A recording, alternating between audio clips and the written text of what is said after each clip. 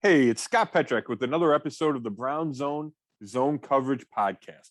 The Browns lost 47-42 Sunday to the Los Angeles Chargers, and the game created as many talking points as points scored. Here to hit on all of them is Dave Chudowsky of Go, the WKYC Morning News. How are you, Dave? Scott, I'm well, as can be, coming off a loss, but I don't think it surprises a lot of people, but I think it's one of those games. And last week you went with the win, I went with the loss, but I think that was kind of the sentiment around town. I think some people thought this was going to be a tough one and they'd go down, and others thought they're going to go pull the upset out there in LA. In the end, it really could have gone either way. I mean, you could make the argument, and I felt this way at halftime. I actually sent out a tweet at halftime where I was like, I felt like the Browns should be up by more, but yet at the same time, I feel sad. I feel lucky that they're leading. It was that kind of game, and that's just the way it ended up. Did you feel that way? It's definitely one they could have stolen. Oh, for sure. And yeah, I'm not even sure I would say stolen. They just could have won the game, right? I mean, they scored 42. But I think you make a good point about the first half, and Baker Mayfield said the same thing after the game. He was really lamenting some of the missed opportunities. And, they settle for a field goal on the first drive. Odell drops that 4th and 2, so that takes 3 or 7 off the board. And then they get that turnover late in the first half, and they only get 3 points out of that. And there was like 20 – they ran a play, and they gained like 9 yards on first down. And they had a timeout, and 20 seconds run off before they get that second play, which winds up being a throwaway. Then they then they have to kick the field goal. And, Kevin Stefanski said there's miscommunication. Obviously, the operation wasn't clean. You need to get the ball snapped much earlier than that, or much, quicker than that. So, if you just look at that, you have a potential to score 21 points on 3 trips inside the red zone, and they come away with 6 in those 3 drives. And, yeah, that obviously is – so many things were a turning point, and if this play goes their way, they win because they only lose by 5. But I do think the offense in the first half had a big role in that. We're going to spend so much time talking about the decisions late in the game, but the offense did. But that had a huge part in it because the Browns held the ball for like 22 to 30 minutes, and to not have a bigger lead, wound up being costly. Yeah, no doubt. So I guess, where do you place the blame? Because there's so many ways you can go. Do you have one that sticks out the most? Obviously, fans want to blame the refs. Stefanski's taking heat for the decisions at the end of the game. Obviously, the defense with the blown coverage and just allowing that many points in general. Yeah. And then there's the injuries. So there's a lot of things, and there's others, but those are kind of the highlighted ones. Where do you stand?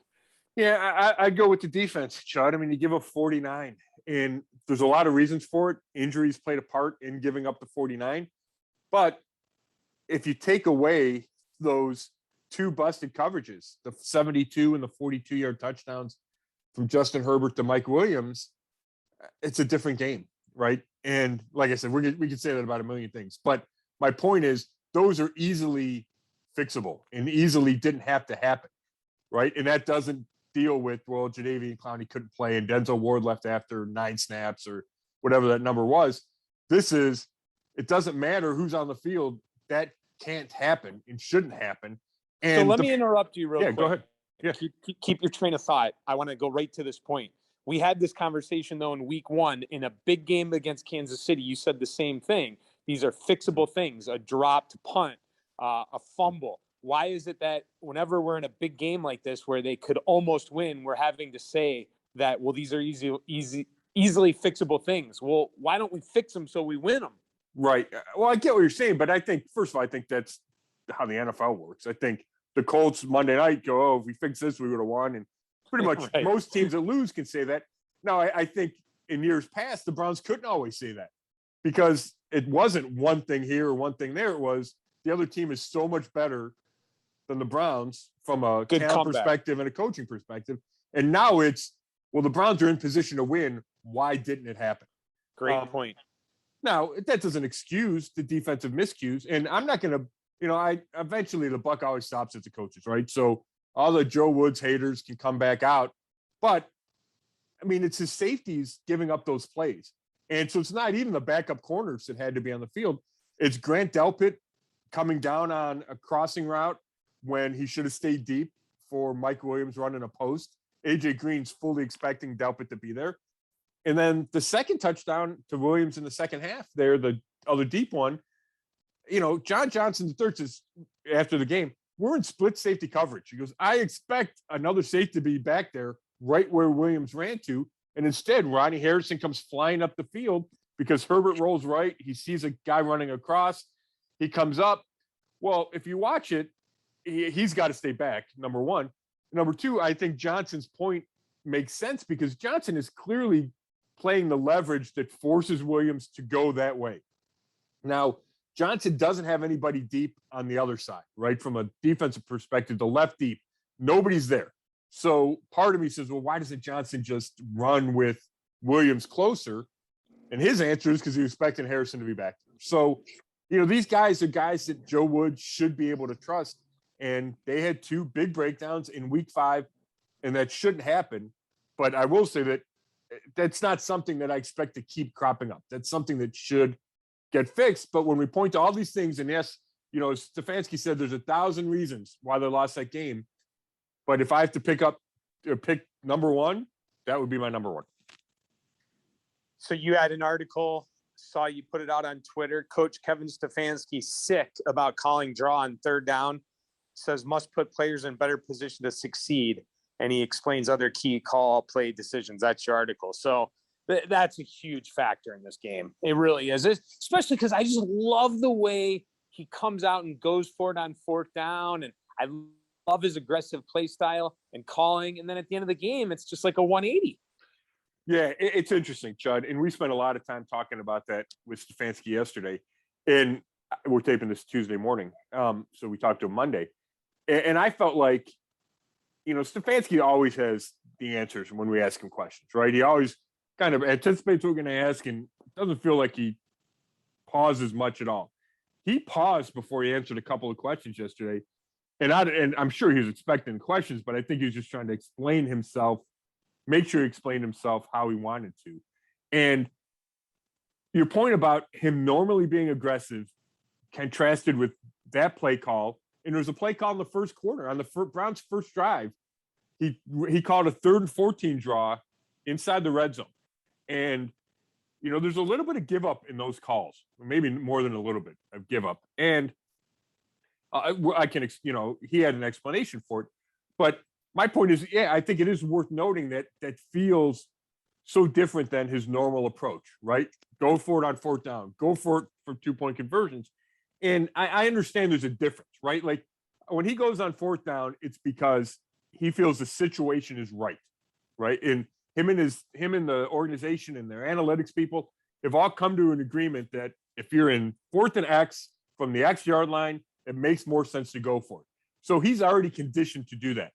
When it's 3rd and 9 from your own, whatever it was, 15, and you're clinging to a 1-point lead and you have 2 backup tackles and maybe you're worried about your quarterback's, torn labrum in his left shoulder, and you have all these other factors playing in, and on second down, you thought the refs blew the call and you expected the clock to be running and the Chargers to use a timeout, so you thought you'd have more time to call the third down play. Like all these things are a factor, and it's the heat of the moment. And so I think that explains a little bit of the difference between being aggressive and not being aggressive in that circumstance. I'm not saying it excuses it. I just think that's part of the explanation. But just specifically that 3rd and 9 draw call, it's just too – you can't give up in that situation. And you knew that their defense wasn't going to be able to stop the Chargers, right? They had an all second half. Chargers wind up scoring 26 points in the fourth quarter. You can't think that, hey, our chances of winning are better by punting back to the Chargers. And that's what 3rd and 9 draw call the Kareem Hunt is. It's handing the ball back to the Chargers. So I think he needed to throw the ball there. I think he needs to trust Baker Mayfield. He needs to trust his tackles. And I understand being worried about Blake Hance and James Hudson III being your tackles in that spot. But if he had had a second to collect himself there, Stefanski, he would have realized on second down when they threw it, those 2 guys protected. Baker Mayfield had all day on second down. and he tried to throw an out and up to Donovan Peoples-Jones, which takes some time to develop. And yes, the officials missed the call. Peoples-Jones got shoved out of bounds. It should have been a penalty. And then Baker had time to look to Rashard Higgins.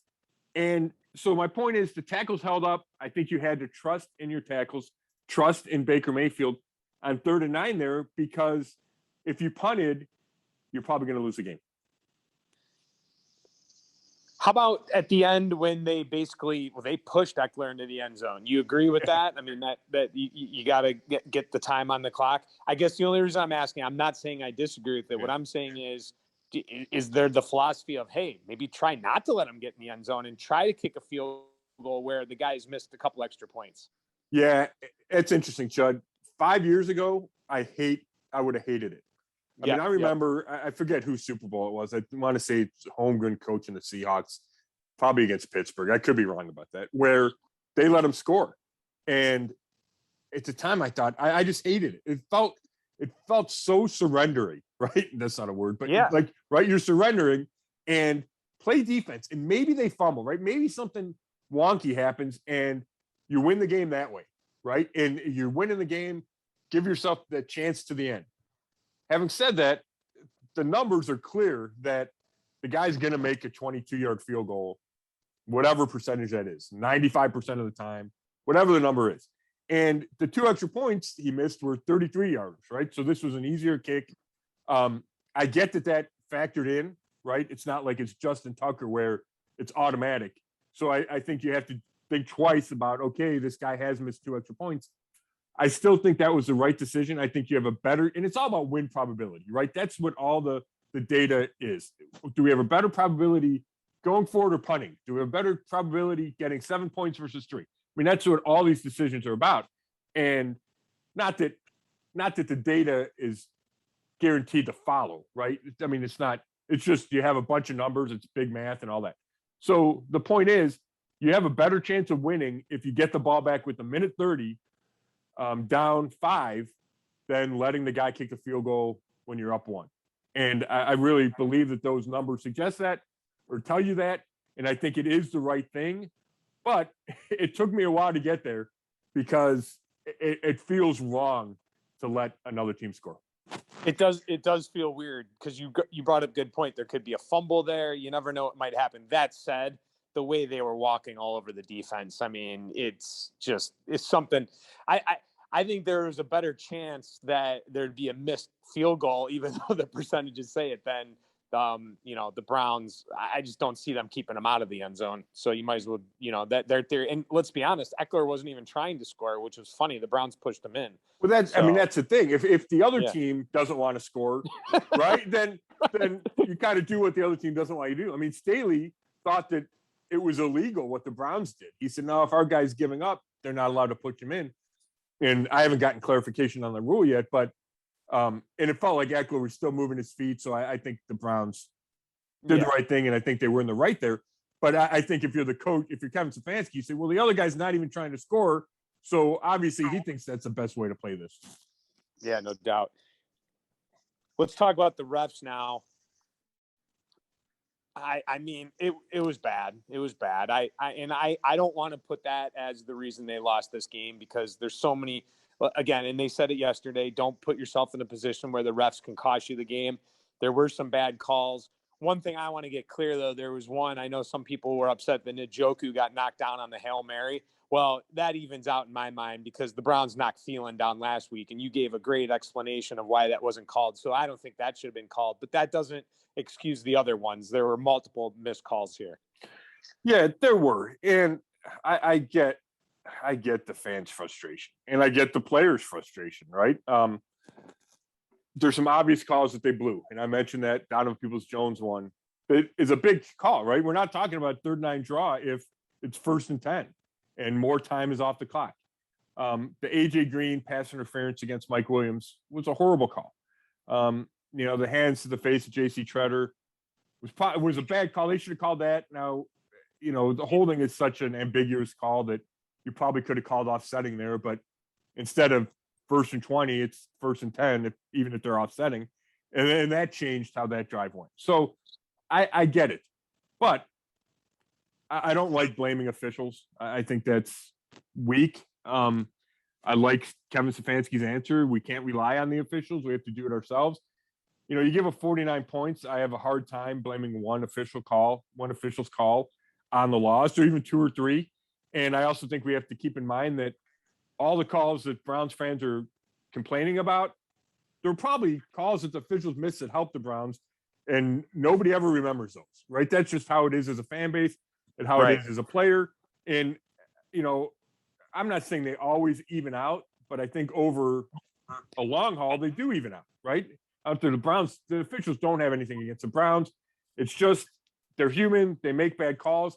Even like on that green one, live in real time, there's contact, right? And you see that. And I'm so used to that being a defensive pass interference that it didn't surprise me that the flag was thrown.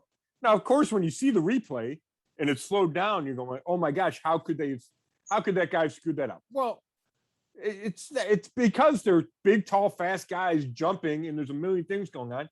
I mean, I know that that's the official's job, but I don't think that was such an easy call as it wound up being when you watch it on replay. Now, we can talk about, should there be an eye in the sky? Should you be able to review pass interference? All those things are, I think, worthy discussions, but I don't think you can blame the officials. I don't think the officials cost the Browns the game, even though there were some egregious mistakes.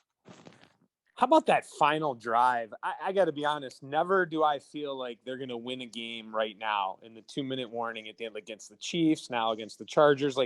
It just seemed like, I don't know if they were, I don't want to say playing for a Hail Mary. I've kind of seen that written places, but I remember just watching it being like, why aren't we doing some like down and out patterns, simple to get out of bounds and get closer to the end zone? It just seemed like a weird series of plays.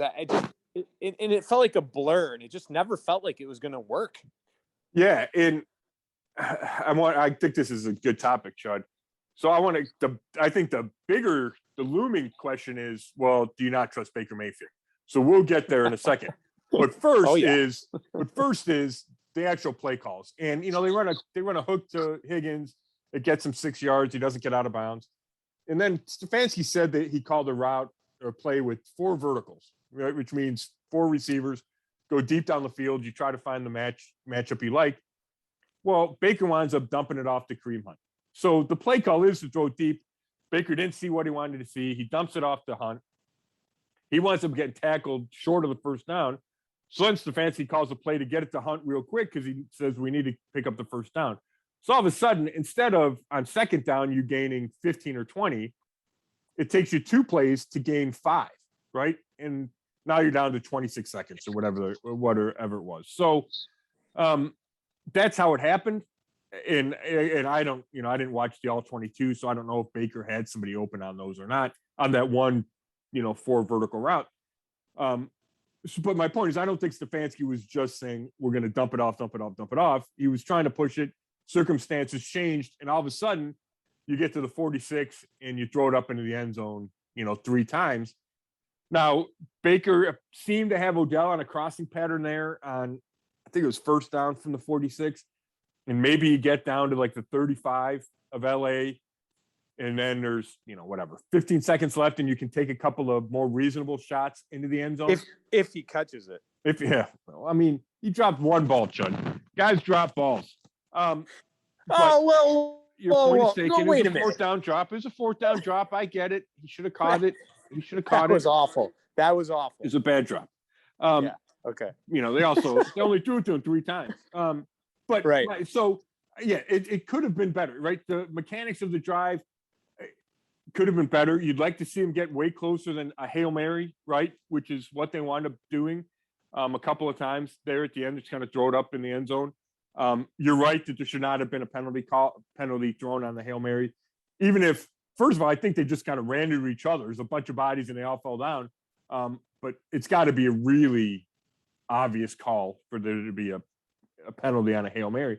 So that's how it happens. In a minute and 31, when you get the ball back, I don't care if you have no timeouts. That's plenty of time to give yourself a better shot than a Hail Mary from your 46. So I completely agree that it didn't turn out well and it didn't look like it should. But getting back to your original point, which I think is more interesting, is you say I didn't trust them. And why is that? Is that because it's Baker Mayfield, not Aaron Rodgers, not Justin Herbert, not Patrick Mahomes leading the drive?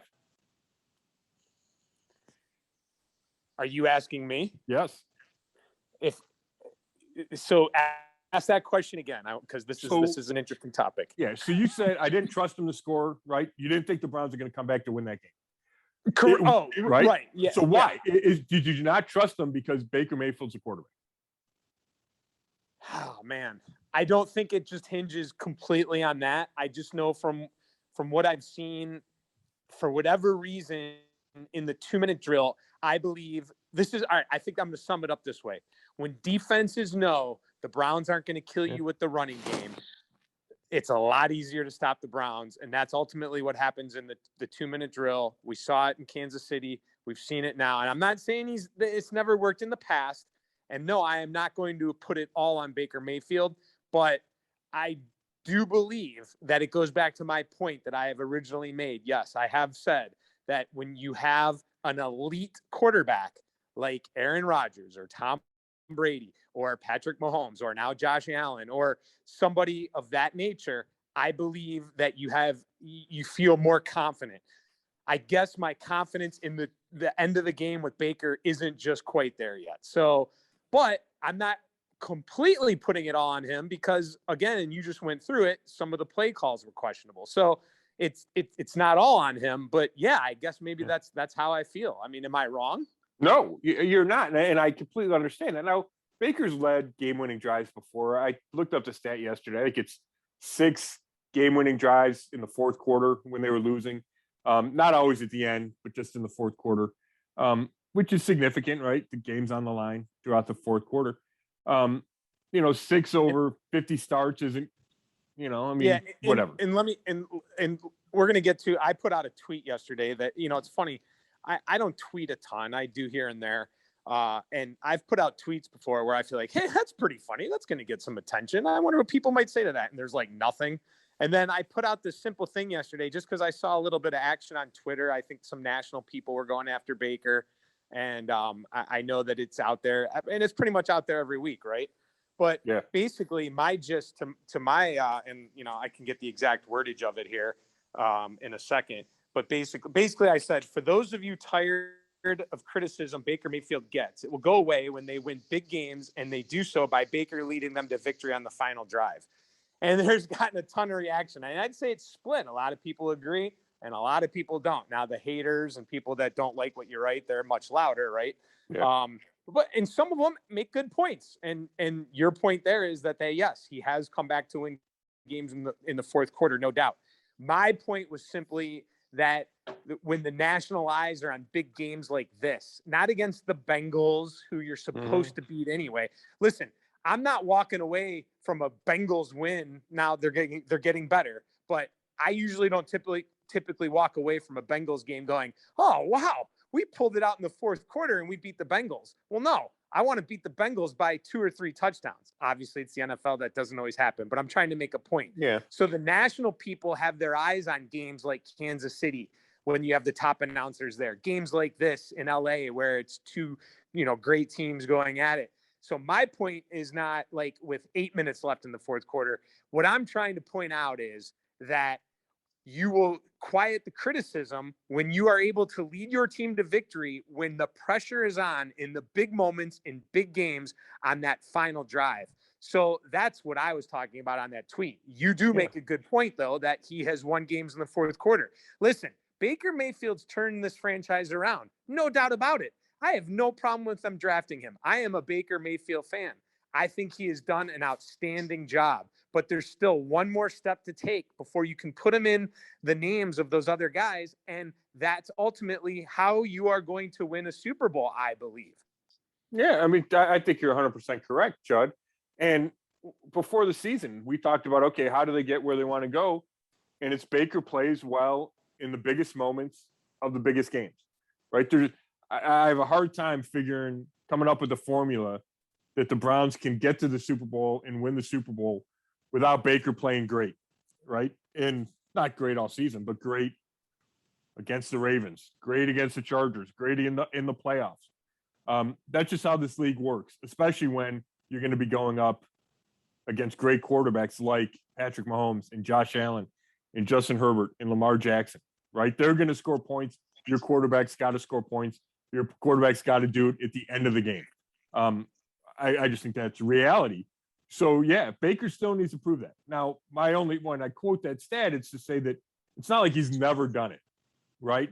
And it's a year ago when he does it against Cincinnati. And I know you say it's Cincinnati, but, I mean, he didn't miss a pass. Like, he was like 26 or 27 or whatever that stat was to end the game with the only incompletion being that spike. He brought him back. He leads that 2-minute drive. He throws a touchdown to Donovan Peoples-Jones, right? So he shows he can do it. He led a bunch of fourth-quarter drives against the Ravens last year to put him in position to win that game. And then Lamar Jackson just was able to do it with the ball at the end. So we've seen it, but when it doesn't happen and that's the last thing you've seen, yeah, it sticks in your head, especially when you see Justin Herbert have no trouble moving the ball against the Browns defense in the fourth quarter. And I kind of feel I get what you're saying. When that drive starts, it's they have a chance to do this, but it's just not like it is with Aaron Rodgers, because Aaron Rodgers is a better quarterback than Baker Mayfield. And we've seen him do it time and time and time again, right? Just like you felt when John Elway was a quarterback of the Broncos. Not to bring up that name, but he's as good as it was in those fourth quarter comebacks, right? So Baker has not gotten there yet. And, part of that's opportunity, part of that's being young, part of it, he's missed some chances to do it, right? He had a chance in the playoffs against the Chiefs and didn't do it. In the opener against the Chiefs, and again, Sunday against the Chargers. Now, I think you're also right when you say it's not just Baker, right? I mean, it's the whole offense. It's the play calling. All that goes into it. Now, quarterback gets all the love, quarterback gets all the credit, and a lot of times deservedly so. But it's not just Baker Mayfield. But we're going to pin it on him anyway, because that's how the league works. And he needs to be better in those spots. There's no doubt about it. I do have one final point. I think it's interesting when you say how the Browns rely on their run game so much, right? And that's their identity. And they ran it 35 times Sunday. I wonder if when you play all game like that, if it's tougher for the quarterback then to say, we're going to drop back and throw it 6 times in a row or whatever the number it is, right? Is it tougher to do that when you haven't operated like that all game, where Mahomes and Allen and Herbert to some degree, it feels like that's how they operate all game long, right? Mahomes drops back and throws it all over the place. Josh Allen, they never run the ball in Buffalo, right? So it's not a difference when you get to the final 2 minutes is, hey, we're going no huddle, hurry up. You got to pass protect every down. They know we're going to throw it. It's just different than I think other teams. And I'm not saying that the Browns should overhaul their offense. I'm just saying I think that is an element into either why you don't feel confident in them, and or why they haven't had success. Well said. I mean, you make a great point there. And let me be clear, too. Baker Mayfield's not the reason they lost that game on Sunday. He just isn't. And for anyone to say that he is, that is wrong. But what he didn't do is just take them by the throat and win the game. Like I've said this before, it's like great quarterbacks, great athletes can come through and make it happen and overcome your deficiencies. The injuries, the defense sucked. You know what I mean? And they're not always going to do it. I'm not saying that, all right, let's say that Baker's in that position 10 times. He's not going to do it all 10 times. Okay. But maybe he could do it 4 or 5, I just want to see it happen at some point late in the game, again, in a big game when the game's on the line, because that's how we look at things. Michael Jordan and LeBron James, they get compared to as, the greatest athletes of all time. But I've seen a quote even Michael Jordan's made of how many shots he's missed in his career. But we don't think about the ones he's missed. We think about the ones he's made and being clutch. And that's what it comes down to. We want to see Baker be clutch. And that has nothing to do with, he's a lot of people are like, oh, do you want one of the other quarterbacks from the past? No, I don't. I think he's the best one along with Tim Couch that they've had. I know there's been a couple flyers there, but overall, I think he's done a great job, and I think he can be the guy to lead them. But and just hold on 1 second. Sorry about that. Got a little away from myself there. I think that I think that he can be the guy. So that's the thing. Like, it would be one thing if I was sitting here saying there's no way that he could ever be the guy. And quite frankly, he is the guy. He's the guy that's helped turn the Browns around. Again, I don't want one of those other quarterbacks, but at some point, okay, we can't just sit there and make that excuse anymore. At some point, the past is the past, and you have a great team right now, and the present is the present, and you don't want this window to, close. And I think the window can stay open for a while, although we know in the NFL things change quickly. So I guess that's my point there. So, I think it's unfortunate, but he also thrives on motivation, right? So, let him continue to be motivated. It is interesting. You make an excellent point there, man, about, the way the style of the game is played throughout. And, it's also tough when you have Herbert on the other side, just, man, throwing up beauties. And I know that the defense, helps him with the wide open guys, but that guy, man, he's big. He can run. I mean, there are some great quarterbacks in this league, no doubt. Well, yeah, I mean, I think that's the backdrop for this is, for however many years, Baker Mayfield's going to be competing with Mahomes and Allen and Herbert. And yeah, it's not just, and don't forget Lamar. And it's not just those guys, right? It's their teams, but it starts and ends with the quarterback. So, that's what the comparison is going to be. I don't get the sense that Baker panics or chokes. Like, I don't get that sense at all. It just feels to me like it hasn't happened enough. And that's how this league is, right? We overanalyze every game, every possession, because first of all, that's what we do. And I think people love it. And I know fans do the same thing. And he's not so he didn't get that opportunity in weeks 2, 3, and 4, right? They won those games. So we're not talking about Baker in the fourth quarter, Baker in the last 2 minutes, although he missed a throw that would have ended the Vikings game. Or actually that was that miscommunication with OBJ, but still, my point is they win those games, and it's not a front burner topic, front of the mind topic. And all of a sudden it is again in week 5. So he's going to need to win a game like that, I think, for fans to feel better about it. And then he's going to have to do it again. Right? That's just how this works until you build up enough collateral where if one doesn't happen, people go, that's all right. He's already done it enough. Yeah. And I love his commercials. I love his interviews. I'm telling you, I did a story on Channel 3 before I joined the morning team back when I was still doing sports. And I did a piece on Baker Mayfield. And I said, if this guy takes the Browns to the Super Bowl, I don't even know, not even wins it, but just takes them. Obviously, if he wins it, I could make the argument for just getting him there. He'd be the greatest and biggest sports athlete in Cleveland history, even over LeBron James. I mean, and I don't want to debate that right now necessarily, and it could go either way. But because the Browns are so big and the way they were with the 80s and Bernie Kosar, I mean, you can make an argument that Kosar is the most beloved Cleveland player ever, right? So yeah. I really believe the quarterback that takes the Browns to the Super Bowl, especially a guy like Baker, is so charismatic. So again, this is definitely you're not getting hate. I'm just trying to be realistic here on Baker, because I think I try to be in the middle. I try not to be where the fans sit and, no matter what. I mean, listen, fan is fanatic, right? You're going to cheer for your guy no matter what happens. And that's great. I appreciate that. I am one. I've been that. But I'm also not going to be like the guys in the national media that are just out for an agenda to hate and get clickbait. That's not what I'm trying to do here, nor are you. I'm just trying to, state what I see. So I think we broke it down pretty good on that. Anything else on that before we move on to my next question for you? No, we're good.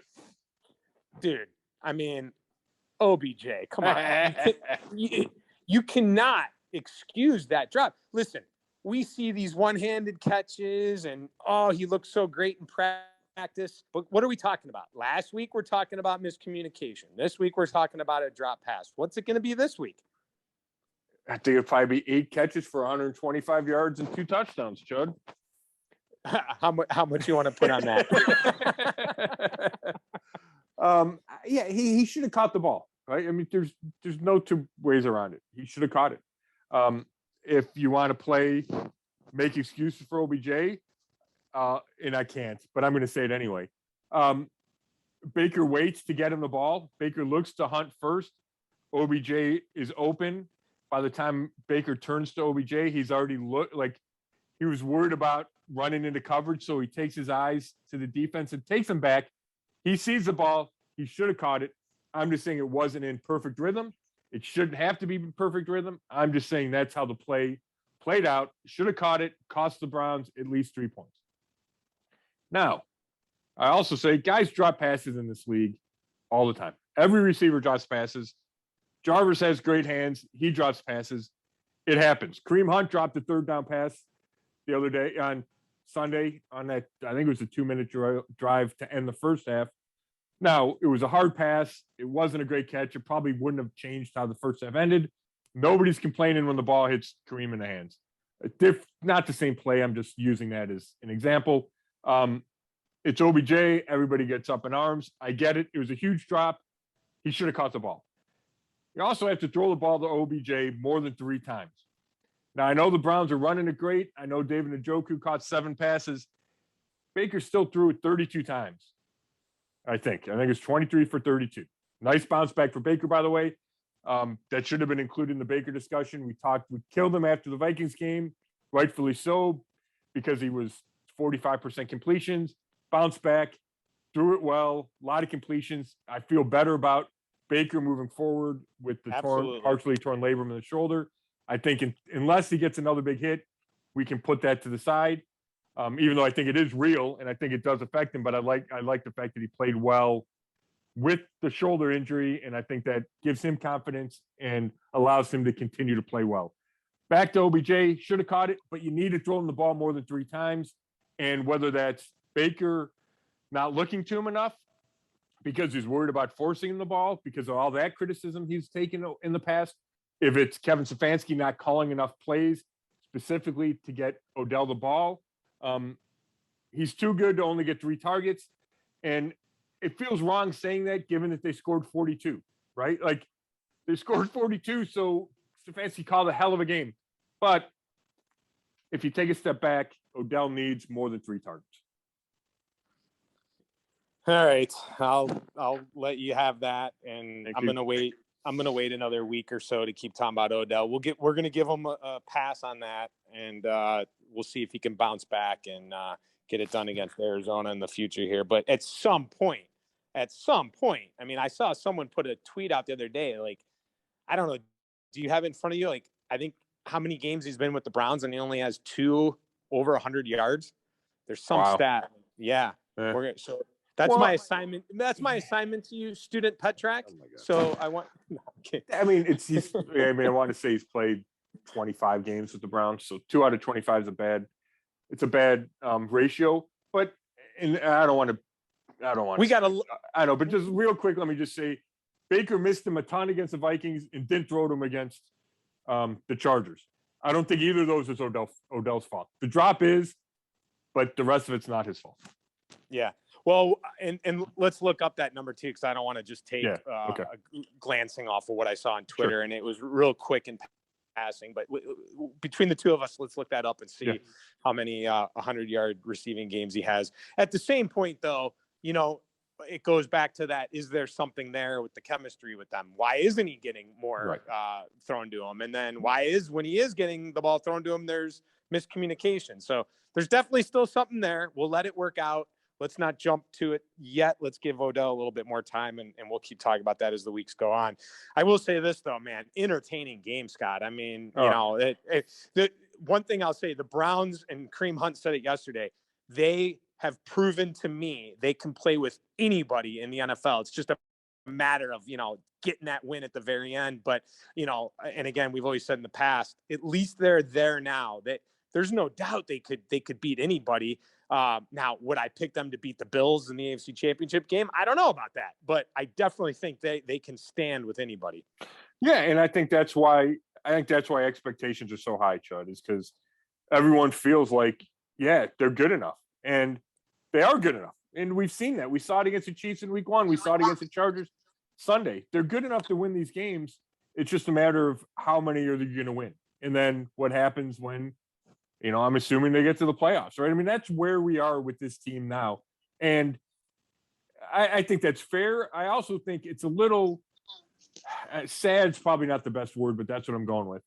That, like, it feels like some fans, and maybe it's just the knuckleheads that text me and tweet at me, don't enjoy it, right? It's all, man, is Baker the right guy? It's killing Odell. It's killing Stefanski. Like, there doesn't seem to be enough pleasure being taken in the fact that the Browns are good. They're going to be good this year. They're going to win a bunch of games. And maybe that's just the NFL and fandom. But there does feel, it seems to me there's maybe more criticism than enjoyment. And I find that a little, I don't know, disconcerting, I guess. Scott, that is life, unfortunately. Yeah, right. I mean, one thing I've learned now doing, it's not just now. I've been in the news business my whole career, but I mean, it's not just sports. It's, it's just the approach sometimes, unfortunately.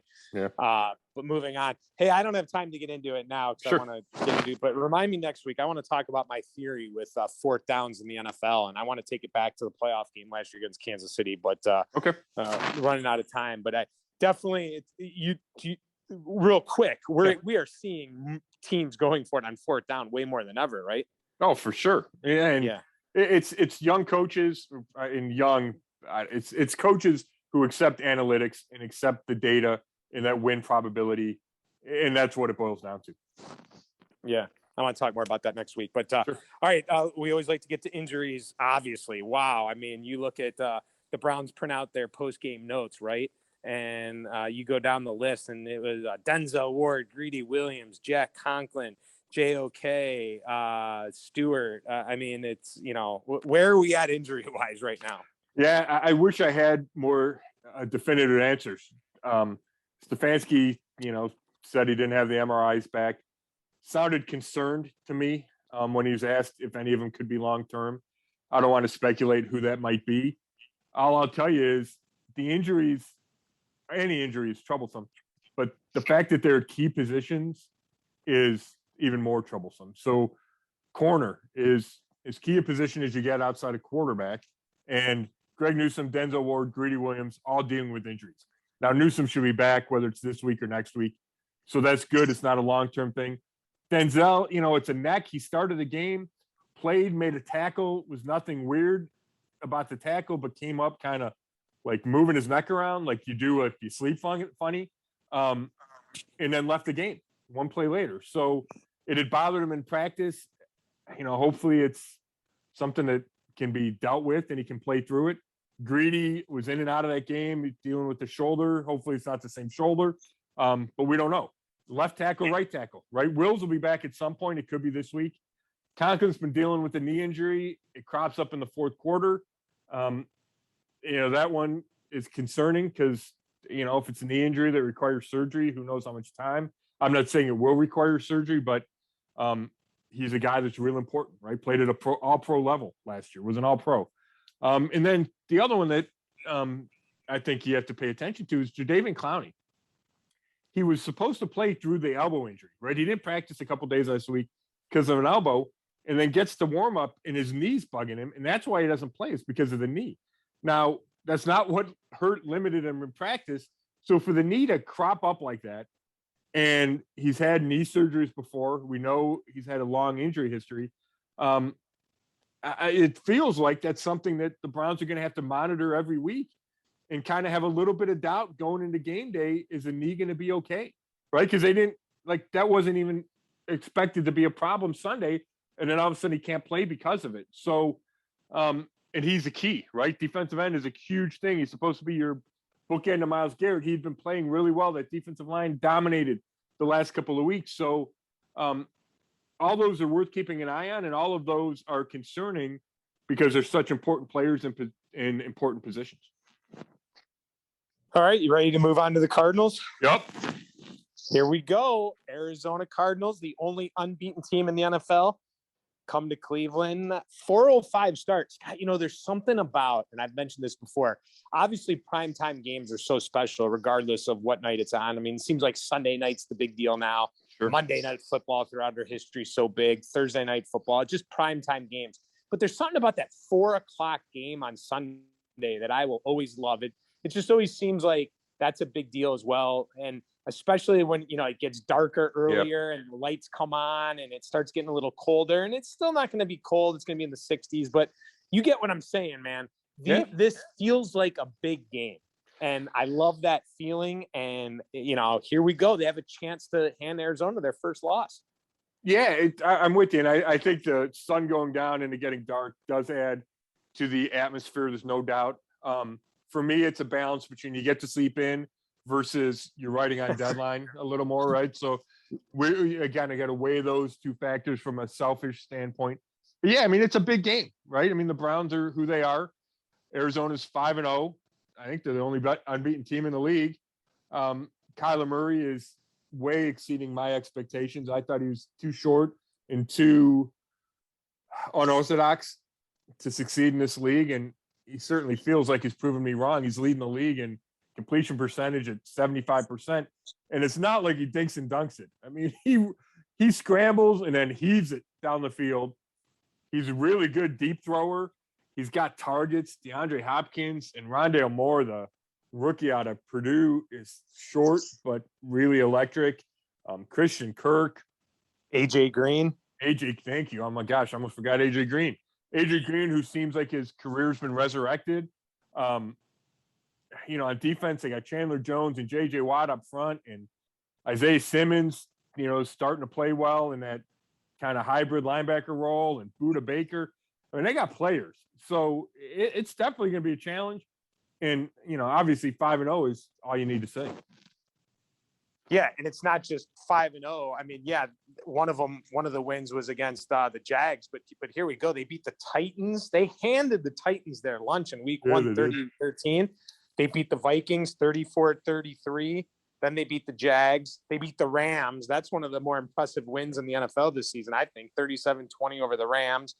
Then they just beat the 49ers. Kind of a sluggish game there. I thought that they might beat them a little more, especially with Trey Lance at quarterback. Not that I'm down on Trey Lance, but just his first time really playing. Sure. 17-10. So, they have a nice resume here, no doubt about it. And the Browns, do you feel like the Browns struggle with the running quarterbacks? Yeah, I mean, I think everybody does. Yeah. But Mahomes makes plenty of plays. We've seen what Lamar Jackson can do. And it's interesting because I went back and watched that Niners game, the Cardinals-Niners, and then I'd watched that Rams game on TV, or at least part of it on TV. And then I went back and watched the first half again late last night. And Murray, yes, he can run like designed runs. Like every once in a while, they call a draw for him, and he has, an impact. And last year, I mean, he ran for 11 touchdowns a year ago and had, I think he had 800 some yards rushing last year. But this year, he's not rushing as much. He only averages 3.7 a carry. But yeah, I'm looking right now. He's 6 rushes a game, which can be scrambles, 3.7 a carry, but he has 3 touchdowns. Last year was 8-19, 11 touchdowns. So when he wants to run, he can run, and he does it in critical spots, and he's tough to stop in the red zone. So, yeah, I think that's something the Browns are going to have to pay a bunch of attention to. I think that's where JOK comes into play. It's where 3 safeties come into play because you get more athletic bodies on the field, and hopefully you can match up with him and try to take that away. But, yeah, it's certainly a concern. And just as concerning is when he scrambles and sets his feet, then he can launch it downfield, and that means your cornerbacks who are banged up have to cover forever. And that's, that we saw the Browns have breakdowns against the Chargers. It doesn't have to be a breakdown. He can still burn you deep. So that would be my biggest concern is a scrambling Murray, and then can he find a guy downfield off of the second effort? And I think the Browns have to be really careful about that. Now, you can sack him because he's tiny. So if you get the right pressure, he can't see. He'll take sacks, and he takes big sacks because he tends to scramble backward as opposed to stepping up in the pocket. So that's how the Browns have a chance to get off the field, is putting them in second and third and real long by getting one of those big sacks. But as many times as he'll take that sack, he'll get outside the pocket and burn you. Like the chip on your shoulder bowl between Baker and Murray. Yeah, Oklahoma kids, Heisman winners. Yeah, no doubt. Browns are a 2.5-point favorite at home. So, that's respect to the Browns. Now, typically we always talk about this when you're the home team. 3 is kind of the number. Like if you're expected to win it, then it kind of goes from there. If let's say you're playing the Jags, that 3 could go up to like 7. If you're playing the the Bills or something, it might go down from 3 to 1, 0, or even not be favored. So that's kind of how that's typically right. The right. So neutral. Yeah, neutral site, it would be a pick 'em, or the Cardinals might be a half-point favorite, right? There you go. So the fact that the Cardinals are unbeaten, and I think that's a good line. 2.5, Browns favored. So are you ready to get to pick 'em time? I am. You or me first? Is it my turn to go first? No, it's my turn. Your turn. Go ahead, buddy. Yeah, you went first last time. So last week, man, I got to tell you, this is how I always try to be as honest as I can. All right. I took the Vikings. I was wrong. I suffered my first loss in the prediction game. You almost swayed me to go Browns last week. I remember I'm like, man, Scott's making some great arguments. And then I started thinking, I'm like, man, there were some handicappers I was listening to throughout the week talking about the Chargers can't stop the run. The Browns are going to run all over them, which they did. They did, yeah. I mean, there were a lot of things that I almost texted you and said, man, I don't know. I might switch to the Browns. But I held off because at the end of the day, I went with my initial gut and my reactions and thought the Browns were not going to go on the road 2 times in a row. They weren't going to travel all the way to L.A.